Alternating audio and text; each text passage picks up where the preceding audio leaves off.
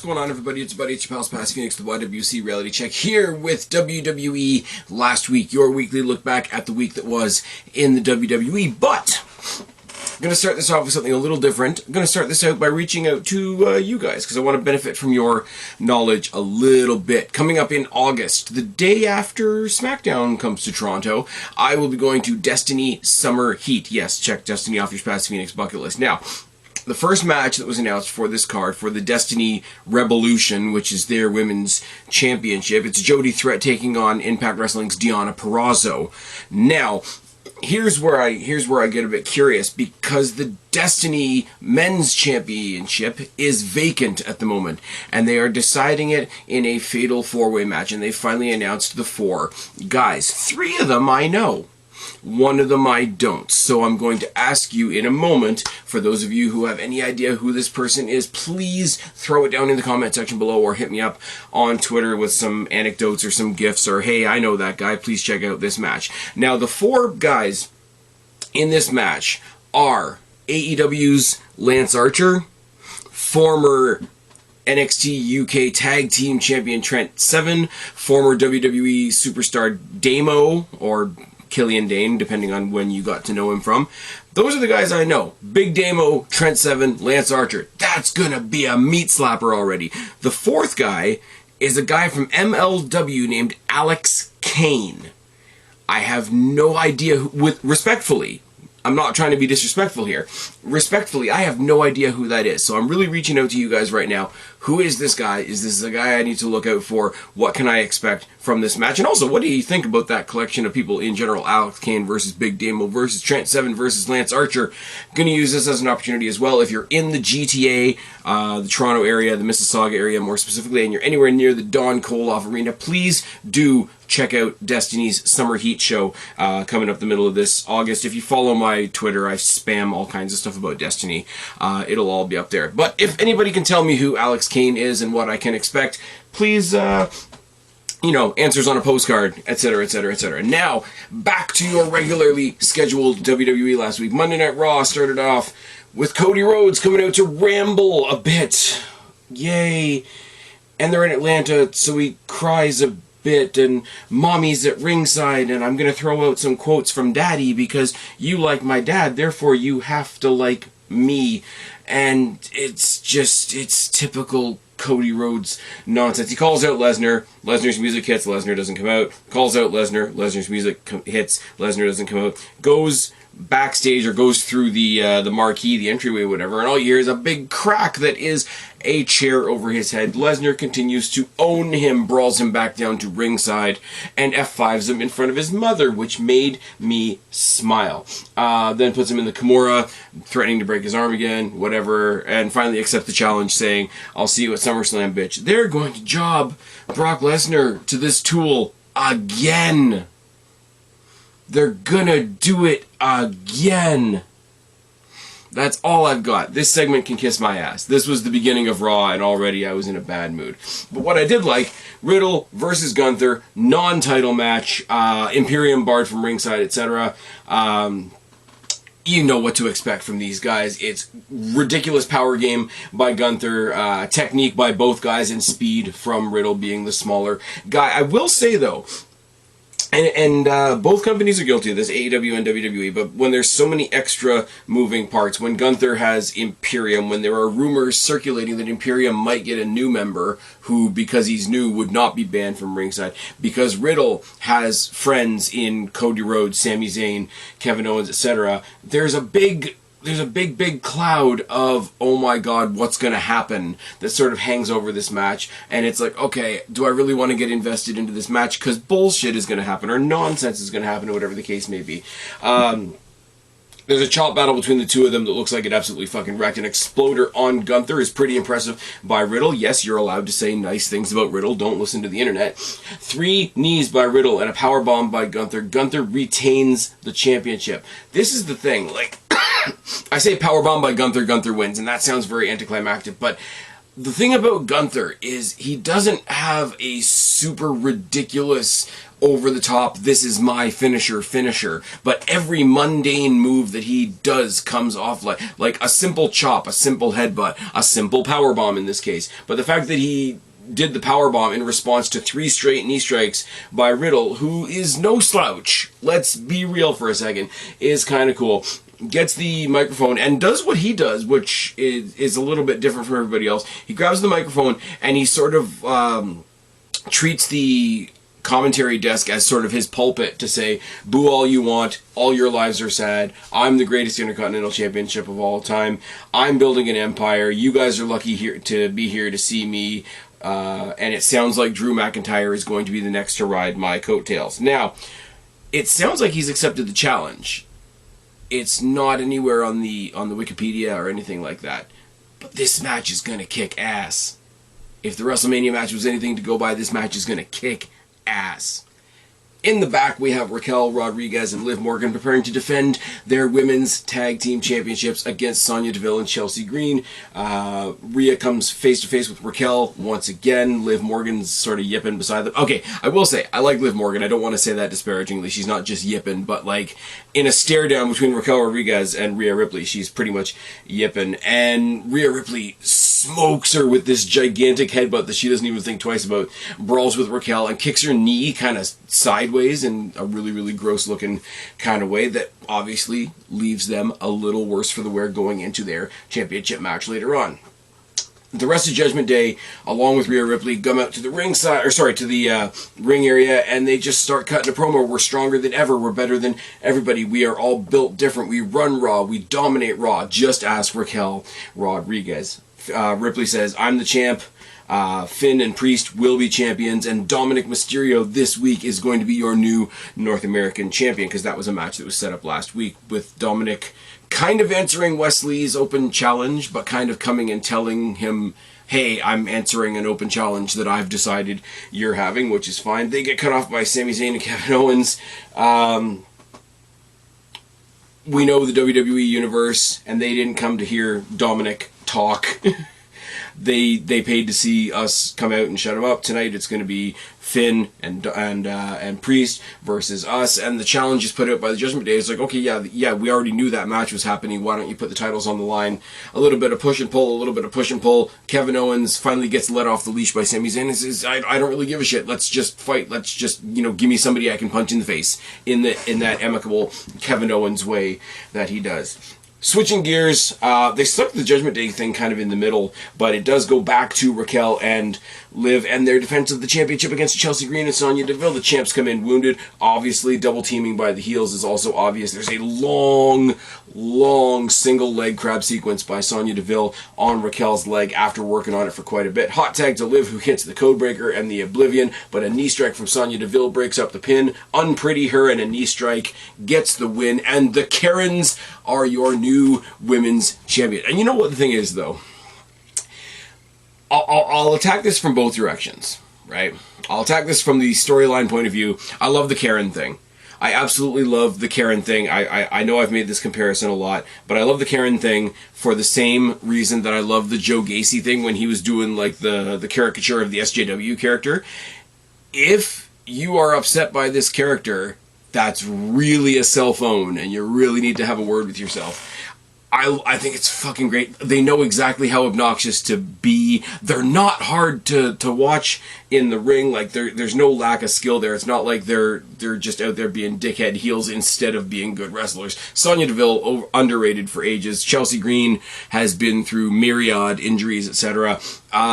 So they can wrestle. They can hold up those titles properly and not just have everybody annoyed that they have them, although all the right people are. Pisses off all the right people, as I always say. Now, the other side of the coin is I'm just really happy for these ladies. I mean, as I said a second ago, Chelsea Green's been through a bunch of injuries, and she's been into WWE and out and back again. And I mean, it's sad that she gets overlooked in the sense that, oh, she came back to WWE. I guess that means Zack Ryder's coming in. Like, why can't you just enjoy that Chelsea Green is there? And she's kind of awesome. But also, fucking Sonya Deville, like, I don't, you don't want to pretend that you know a celebrity, but you follow some of the stuff that she does. She's such an engine for good in her own free time, and she advocates in the right way, in a way that I wish more advocates would, maybe don't burn down buildings and such. But also, she's ridiculously good, and the fact that she's never held a belt before is ridiculous. And sorry to bring down the tone a little bit, but we all know what she went through a couple years ago that completely took her out of wrestling for a while with the creepy asshole, etc., doing what he did. And she's been able to come back from that, whatever emotionally, psychologically it took to get her back in the public spotlight again. So the two of them have had a pretty bumpy road, realistically speaking, and I'm just, like I say again, the storyline is really fun. I love that they've put the belts on the Karens, and that's going to be obnoxious, and it's going to be fucking awesome. So there's that. But there's also a genuine, I'm just really happy for both of them. And Raquel and Liv are, Raquel has the company behind her, and Liv has the fans behind her. They'll be fine. They'll get other title shots. They'll be in other stories. I'm pretty sure that we're going to get Raquel at SummerSlam, although I think there's a slight different way you could get around that, but I'll talk about that in a little bit. So, really, really cool moment. Yes, the heels win, and on a surface level, on a story level, you're just like, oh my god, not them, oh my god, they won it in the most scheming means possible. But this is one of those situations where I'm going to get the real-life background situation sink through just a little bit and just be really, really happy for them. So good for Chelsea Green, good for Sonya Deville. There was every protection in this match. There was a lot of double teaming. They both went in injured. Raquel's obviously got this side feud with Rhea Ripley on her mind, so she's distracted. Liv Morgan, I guess you could say she comes in as a bit of an underdog. I think she was the smallest person in the match. And if you put her in there with a genuine MMA badass like Sonya Deville is, don't forget, it's very, very believable that they'll get back in the mix in some way, shape, or form. It's fine.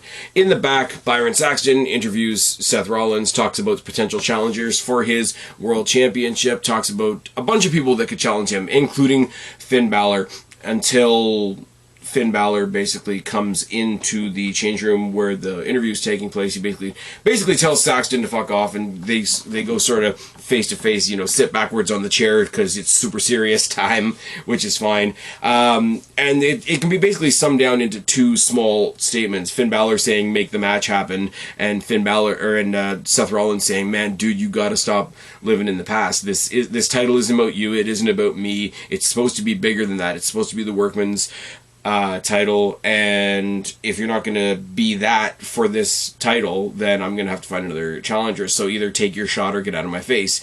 So Balor gets up, leaves, walks out of frame, comes back with a chair shot to the face, and just repeats. He says, just make the match happen. The Viking Raiders versus the Alpha Academy in the Viking Rules match. Now, for reasons, Titus O'Neil is on commentary for this. Now, I started off saying, oh, this is really silly, but also kind of good. American Alpha gets an early get the tables chant from the crowd. The ring is made up to look like a boat. It's the same as when they fought the New Day, except this match was awesome. Ivar comes off the top rope and Otis catches him in midair for a slam. What the fuck is that?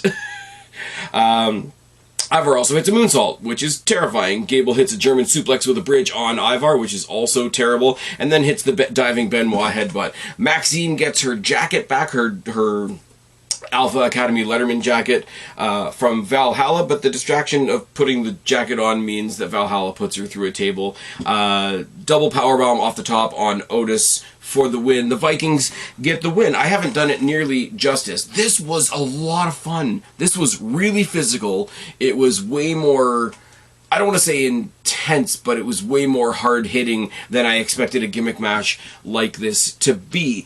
And I'm starting to see a pattern, or at least what I hope is a pattern, where WWE has one match on a night. On Raw, you got a lot more time to play with. On SmackDown, you're not going to get this so much. They're starting to put out matches that intentionally, that people are going to roll their eyes at and then get proven wrong. I go back whether it was last week or 2 weeks ago, when they announced that we were getting, oh my god, we're getting Rhea Ripley versus Natalya again? Why the hell are we doing this? Eye roll, skip, skip, skip. Except the match kicked ass. And then this one here, I know the Viking Raiders aren't everybody's cup of tea. I know people are upset that Sarah Logan has a job, which is strange. Stop being strange. And I know the whole, the Viking ship, like, let's turn the ring into a boat thing, on the surface is very, very silly. But then within that silly situation, they had a hell of a match, and it mostly centered around Otis and Ivar doing shit that guys like them shouldn't be able to do. Otis is a goofy character. He's got this goofy gimmick going on with Chad Gable, with the Alpha Academy, and the thank you, and all that kind of stuff. But, like, you forget that the guy is athletic as hell, and the same thing goes for Ivar of the Viking Raiders. And it's like, I kind of just want these guys to have a one-on-one match, if I'm being completely honest with you guys right now. And that's totally doing a disservice to Eric and to Chad Gable and to Maxine Dupree, who's playing her role just fine, and to Sarah Logan / Valhalla, who, like I said, enough people online are upset that she is able to have a job, which is strange. Don't be strange. My point being, WWE are putting out matches out there, I think intentionally, to make the fans eye roll and then prove them wrong. And I think that's pretty awesome.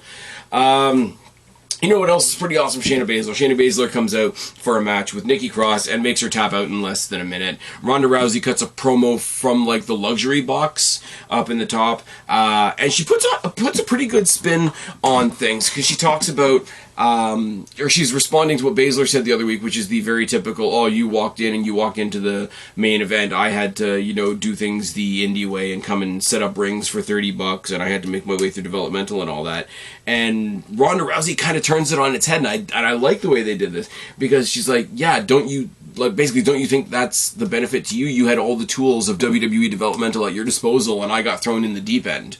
Now, she's a marquee player, and there's absolutely a reason she got thrown into the deep end. This is a complete story sidebar.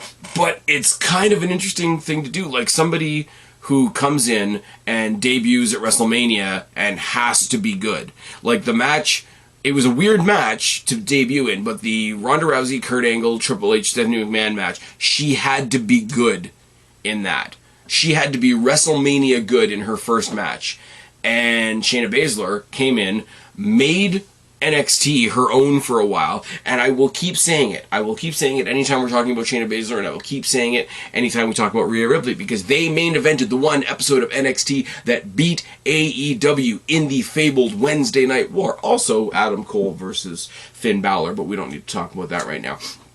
So there is an argument to be made, if you were solely on Ronda Rousey's side, that Shayna Baszler had more going in her favor as she entered WWE than Ronda Rousey did. And I think that was a really interesting twist on the whole thing. She says, I'm going to do you one more favor. I'm going to finally get you booked on SummerSlam, which I don't think is true. I think she's definitely wrestled on a SummerSlam before, but basically says, see you in Motor City, bitch. Which is funny, because both of the MMA related matches, the Ronda Rousey match and the Brock Lesnar match, ended with "see you at SummerSlam, bitch" on the same night. So basically, the thing is, if you want to get booked on a Big Four pay-per-view in the WWE, be an MMA star.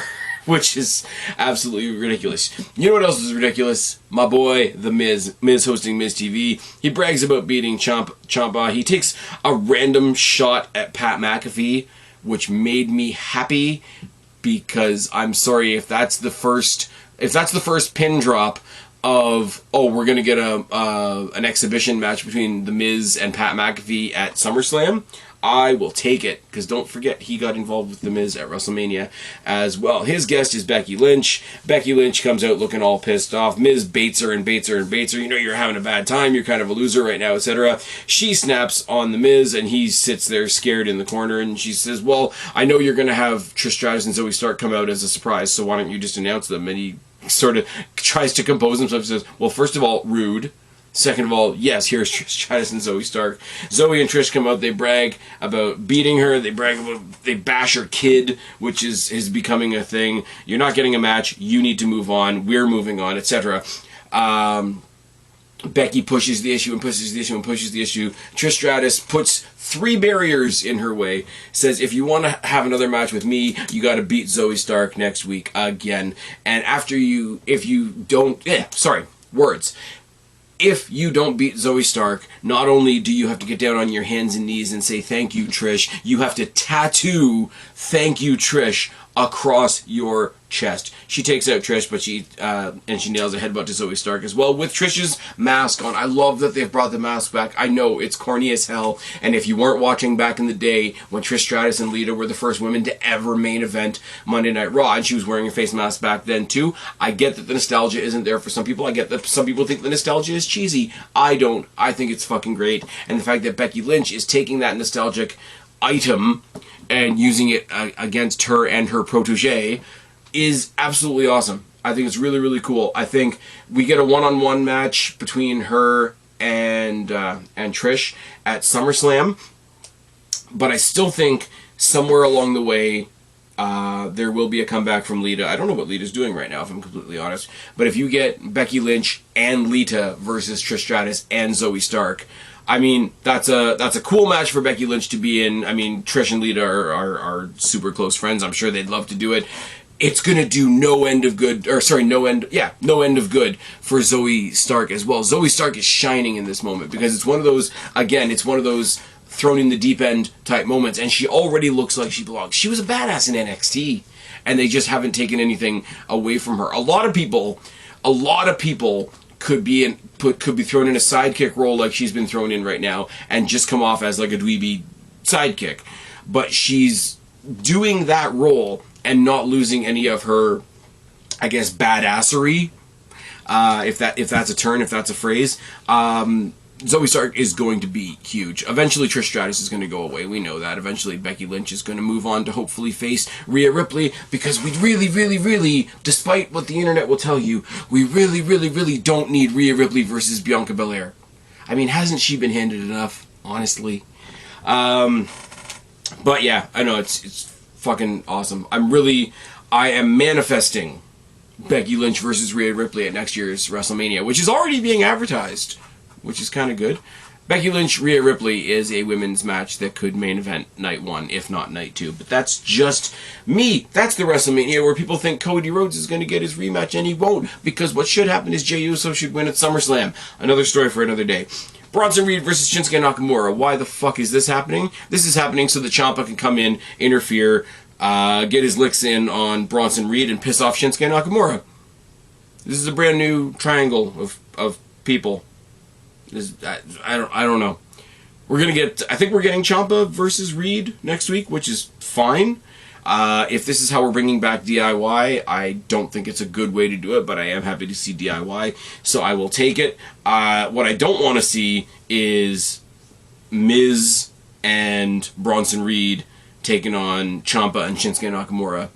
Because Shinsuke Nakamura, rightfully so, even though Ciampa's a babyface, Shinsuke Nakamura's a babyface, Ciampa's actions did cost Shinsuke Nakamura a match, so he's got a gripe with Ciampa.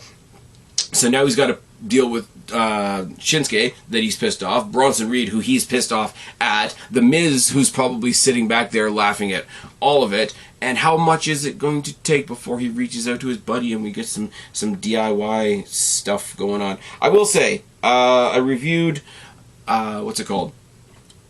Collision last week, and they had the 2 out of 3 falls match with Bullet Club Gold and FTR.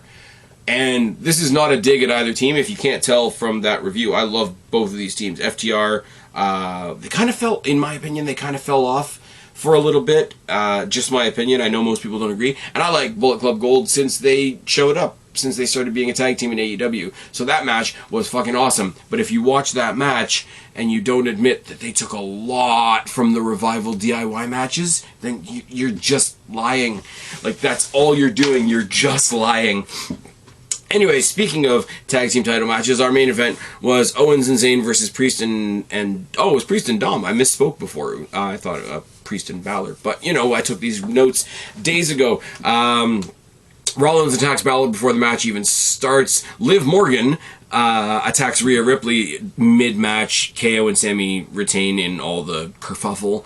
I will say, I like the Liv Morgan attack, because it wouldn't make any sense for Raquel to be the one going for revenge right now, because she was the one that had an injured leg before the match and then had a match. So Liv Morgan sticking up for her friend is really, really cool. And you can postpone the Raquel versus Ripley match for later on if you make the SummerSlam match Liv Morgan versus Rhea Ripley, because that's one of those ones where I would love, I hate to say it this way, I'd love to see somebody that I enjoy in Liv Morgan get a payday. You go into that match knowing she's not going to win.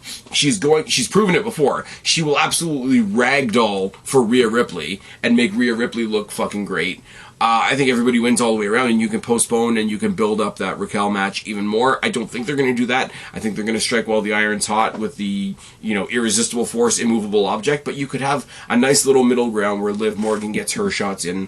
First, save Raquel versus Ripley for Survivor Series if they're not doing War Games this year, which it sounds like they're not, and that's really unfortunate. Anyway, KO and Sammy retain. That's how we leave Raw. I don't know I don't have very many notes for the main events. I'm not gonna lie. When I'm taking notes from the shows, whatever, when the main event comes on, I just put my clipboard down and just enjoy the main event. But I mean, look at the people involved.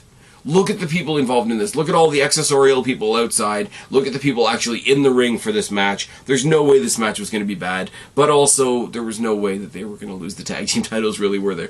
Now, touch base on NXT just a little bit. Because we continued the build for Carmelo Hayes versus Ilya Dragunov for the Great American Bash, which should be really good. The match Ilya Dragunov had with Braun Breaker, his #1 contenders match, was insane, and Braun Breaker's gonna kill somebody, and that's absolutely fine by me. They're gonna fight at the Great American Bash. It's going to be fun. Tony D made his return after Stacks winning a match meant he got out of jail, which is interesting. They're setting up their thing with Gallus for the tag team titles, which I believe is also happening at the Great American Bash. Rhea Ripley was there because Dom had his title match, and they're doing this thing, and they've shown it more than once now. She's in the back in the locker room, dressing room area, and she's sort of looking out for, or kind of mentoring, Lyra Valkyria, which is really interesting because Lyra's a face and Rhea Ripley is Rhea Ripley. But basically she said, I see a lot in you, like I said a couple of weeks ago, but how did you I think she fought JC Jane, and she like ripped up the wings and gave her a beatdown and basically left her laying like, I put my stamp of approval on you, like how are you letting somebody like that do that to you, etc. It's an interesting direction for them to go, for Rhea Ripley to sort of low-key be on this mentor type of a slide. I don't know where it's going exactly. Then Judgment Day ran into Tony D in the back because he just got out of jail, and Dom is there. He's like, oh, you know, I can't remember the name, but so-and-so at the prison told me to say hey, and Dominic was like, oh, yeah, tell him I say hi. That's fucking brilliant. That's just let it be what it is. It's fine. And then Dominic Mysterio won the North American Championship. Which I love. Here's the thing. NXT is not what it used to be. It's really not. NXT is not the black and gold that I used to love. It's sort of a midway between that and the 2.0 disaster. If this had happened before, in the black and gold days, I would be like, what the hell are they doing? Because the titles meant something different. In the black and gold era, when NXT was like the best thing WWE did. But I mean, Wesley isn't going to be hurt by this. He took a beat down from 4 people, ending with a belt shot from Rhea Ripley before Dominic Mysterio took his title. I don't know how long Judgment Day is going to be involved in NXT. Apparently they're making stupid ratings for NXT every time Judgment Day is on there. But I just think Dominic Mysterio, of course, the guy that was never technically in NXT, his first title is an NXT mid-card title, and he was never in NXT. And I kind of think that's brilliant. Anyways, I gotta take a quick break. There's going to be a jump cut right here before we talk about SmackDown, and I will be right back. Switching gears to SmackDown now, and I'm going to be honest with you guys, this part of the pod is going to be really short because my notes are really short. This show had a lot of videos and a lot of recaps and a lot of montages and a lot of packages and a lot of filler and a lot of, oh, let's replay the bullshit from Cody Rhodes, and I just didn't care. I just didn't care. So I'm not going to mention any of that because anything that would have been mentioned in any of those videos I've already mentioned in the raw portion of this podcast, so we don't need to do it again. We did, however, start off with the continuation of the United States Invitational mini tournament thing. Now, as you know, Escobar won last week, and the winner of this match was going to face Escobar next week for a number one contendership towards the United States Championship at SummerSlam against Austin Theory. And this only opens the door for everybody to shit on Austin Theory, and I really don't get why people shit on Austin Theory. Now, thought off the top of my head last week, when I saw the bracket, I'm like, Grayson Waller was going to win that, and it was a showcase for Grayson Waller, but he didn't win. It was Santos Escobar.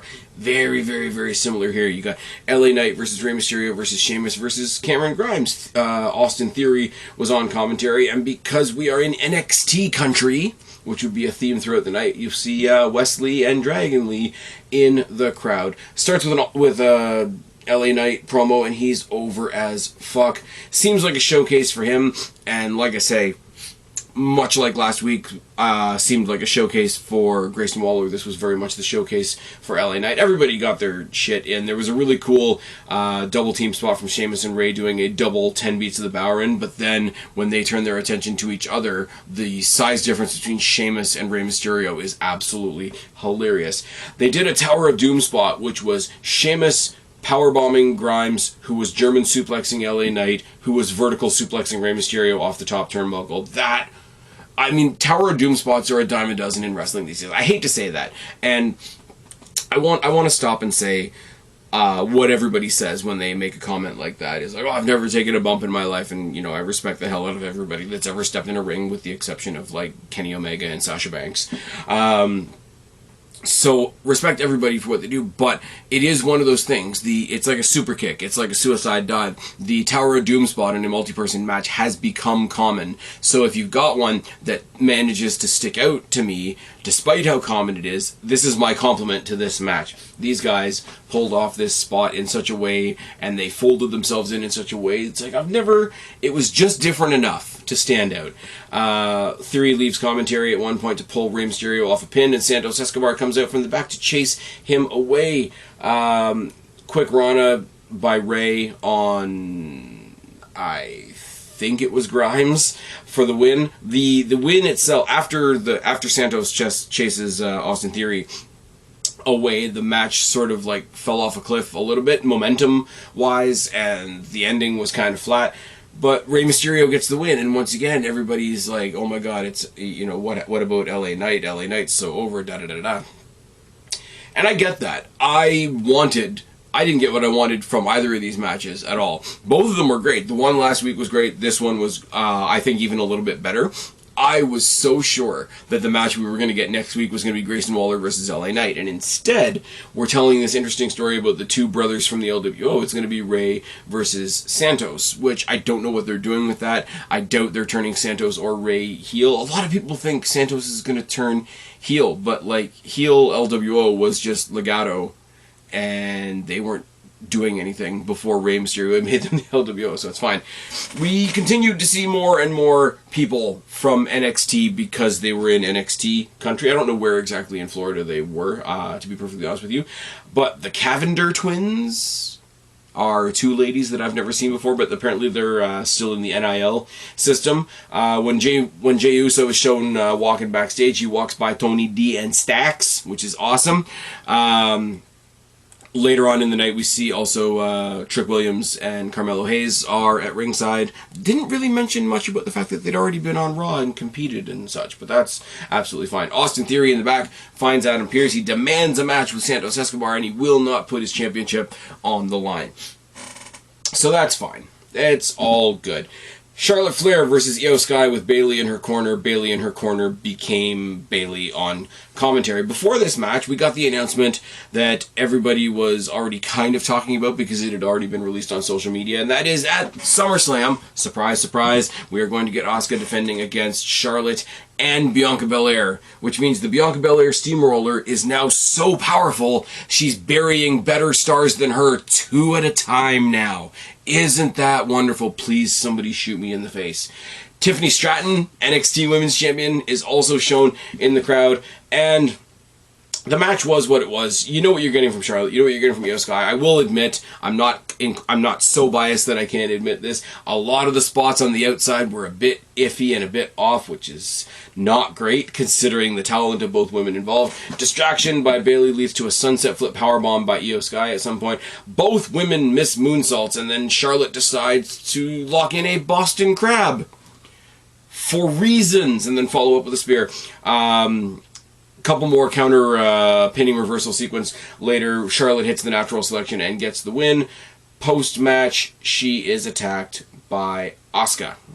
Now, midway through the match, I should say, Bayley left Io Sky behind, which isn't really a bad thing because all it did was leave it one-on-one, but it was still seen as Bayley abandoning her friend, which is a little bit of odd storytelling, but it's another crazy video of Shotzi Blackheart losing her mind on the screen and tormenting her and whatever. Now, here's what I'm going to say.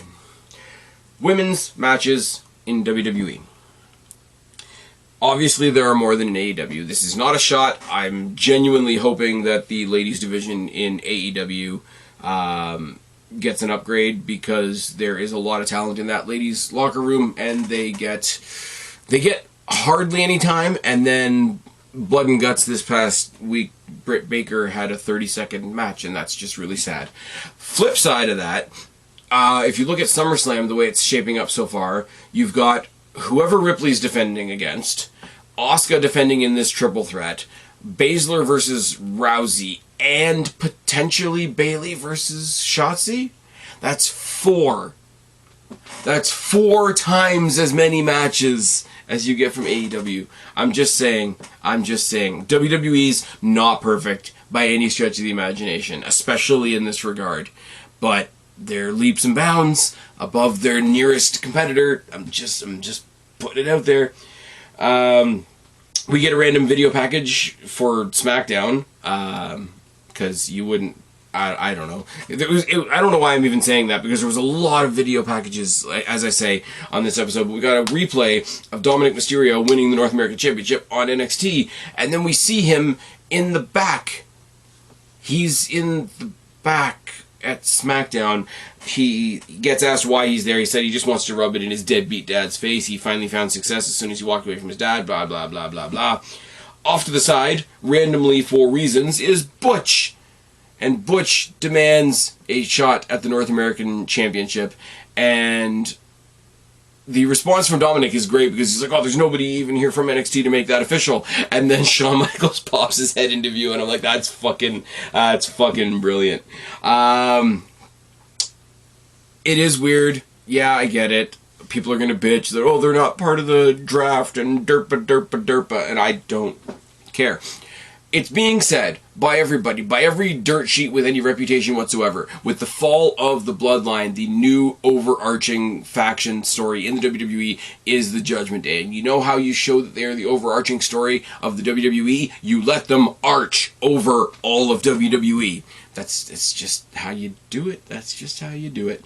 I mean, they're all technically buddies with Damian Priest, and Damian Priest should be able to go on any show because he's got the Money in the Bank briefcase, which can be used to cash in on any champion. Damian Priest cashing in on Austin Theory would be hilarious. Even though I don't agree with the hate that Austin Theory gets, Damian Priest going in there and owning him would be hilarious. Austin Theory versus Santos Escobar in a non-title match. It's sort of a weird sideways preview of what we might get at SummerSlam. Escobar looks really, really great in this match. Theory does a lot of character work, a lot of cat and mouse type thing, and Escobar actually gets the surprise win with a Phantom Driver. Now, here's the thing, right? I don't know what they're doing with this LWO versus LWO story next week, but theoretically, and I'm not using that as a pun, Santos Escobar shouldn't have to win that match next week now because he's now beaten the champion. Does that not automatically earn him a title shot? You know, the logistics of WWE admin are what they are. Go to the back. Sound was really bad on my TV, so I don't know if there was any actual spoken word heard from any of these guys. But you see Bobby Lashley, who last week pulled the Street Profits into his car for a chat. Now he's chatting up Trick and Mello. And here's the thing. Here's where I got to tap dance around a little bit of an issue, is everybody wanted the Hurt Business to come back. Everybody wanted the Hurt Business to come back. Everybody wanted the Hurt Business to come back. And then MVP came out and said some really weird shit about, oh, the only reason you want the Hurt Business back is because you want to shove all the black people into one group. And it's like, you're getting mad at people that liked what you did and wanted to do more of it. And he just went off on one. And I respect the hell out of MVP. He was a great wrestler in his time, very entertaining in his time. His feud with Matt Hardy back in the day was hilarious when they were doing the basketball shots and all that shit. MVP has made his contribution to wrestling, and he continues to do so in a managerial type capacity. But maybe get off this one, man. Like, you're hating people for wanting to see more of what you did because they liked it. And if some brand new collection of people gets compared to what you did in a positive vein, and you still manage to find a way to call them bad for doing it, it's very, very off. It's very, very off. There's way too many people on this show tonight as well who are so prime for a come up. I'm sorry, Wesley Dragon Lee could be on the main roster right now. Carmelo, if he wasn't the champion, along with Trick Williams, could come up right now. Tiffany Stratton, maybe. Tony D and Stax, I don't know that would work on the main roster. Maybe leave them in NXT a bit longer. The whatever twins, I don't know, because I've already flipped the page on my notes. The ones that I don't know, clearly let them go to NXT first and let's see what they can actually do. Really, really cool all across the board to see people saying, like, hey, we're in this town, NXT is in this town, we're not going to ignore that fact. In fact, here's some talents that we're going to put on display. Now, I'm surprised we didn't get a run-in or some kind of interference in the next match from maybe an NXT talent or two, because it was Dominic Mysterio defending his brand new NXT North American Championship against Butch. Dom gets taken down really quick because it's Pete Dunne, and I'm sorry, I'm not going to call him Butch, he's fucking Pete Dunne. Because it's Pete Dunne, and that's what Pete Dunne does. Pete Dunne does all the joint shit. All of it. The shoulder, the elbow, the wrist, the hand, the fingers, the whole fucking bit. Ripley very, very obviously hands a chain to Dominic at one point. Ridge Holland comes down to take it away. The match continues. Pretty Deadly come down as commentary talks about how Ridge Holland injured, I think it's Elton Prince, dropped him on his shoulder and whatever, and now he's legitimately in a sling and whatever. They made a lot of jokes about it on commentary, which probably wasn't the best idea considering the amount of shit that guy is getting. Ridge Holland seems to be the target. I mean, I can't sit here and lie and say, oh, I'm really, ripping to see a Ridge Holland match, because I'm not. I'm just not. He's not somebody that I look forward to seeing on TV necessarily. But nobody, and they even said it on commentary too, nobody goes into this wanting that to happen. Nobody goes into this wanting to separate somebody else's shoulder. Nobody goes into this wanting to drop somebody on their neck on the floor. Like, some of the shit that's coming this guy's way, and it's happening again now, is absolutely ridiculous. The guy, I mean, Twitter is not the be-all and end-all of the world, but the guy has, deleted some of his social media, and the outcry for this guy to, lose his job, and it's fucking just be normal. Just be normal. Pretty Deadly come out in the wheelchair, they cause a distraction. Butch and Ridge sort of thro them up the aisleway, Elton Prince, even in his sling, sort of gets up and does like a weird run away. Rhea hits Pete Dunne with a chop block on the apron, and Dom does this really weird, he's pulling him into the ring, but the way he pulls him into the ring, he kind of falls on his own head and gets really, really awkwardly rolled up for a quick win. It looked disgusting the way he fell into the ring, and it's one of those, I kind of hope it was on purpose, because if it wasn't, then what the hell are we doing? Dominic gets the win. He has successfully now defended the NXT North American Championship on SmackDown. The only, and I said this on Twitter, and it's just kind of funny, because they represent both of the two biggest factions in the WWE right now. The only two people to defend, tripping over my words once again, I'll collect myself. The only two badasses that have successfully defended the NXT North American Championship on SmackDown are Dominic Mysterio and Solo Sikoa. It's not bad company to be in, and it's not a bad choice, because it's a little bit ridiculous to get a little bit of attention on NXT, considering in about 10 days or so they've got a pay-per-view coming up in the Great American Bash. So let's all tune in for that as well. I'm assuming, I haven't seen, obviously we have NXT this week to watch. I'm assuming that Wesley is going to get a rematch with Dominic at the pay-per-view. I don't know, I'm just guessing. Anyways, the ending segment of this week's episode of SmackDown was the rules of engagement between Jey Uso and Roman Reigns. And I'm not going to lie, I like all the Bloodline stuff. This promo, or this exchange, this segment took a little bit to get up off the ground. It was a whole lot of Roman Reigns just laughing at his younger cousin, saying, do you really want to do this? Do you really want to do this? And Jay's like, no, I don't want to do this. You put the hit out on my brother. You made that order, and it was followed. It was carried out, whatever the, and now I got to get you. And Roman Reigns just said, you didn't understand. You're trying to be main event Jey Uso, and you need to realize that you're just a pawn in the game. He signs the contract, and then Jey Uso takes the contract and rips it up. And he says, we don't need this contract. We don't need paperwork. This contract is signed in blood. This match is going to be fought as tribal combat. He goes on to explain that means anything goes, weapons are encouraged, and all that kind of thing. And, as soon as he calls it tribal combat, it takes Roman aback, and he says, have you spoken to the elders about this? And he says, yeah, it was their idea. And they do this thing, and we're meant to believe that there's an understanding between the two of them that the general fan base audience isn't privy to, but they both get up from the table in this kind of knowing way, like we know what comes next. And they do this really sort of forehead to forehead, chest to chest, handshake to handshake thing. And while that's going on, Solo Sikoa, goes nuts, tosses over the table. He's about to spike Jey, and Roman stops him.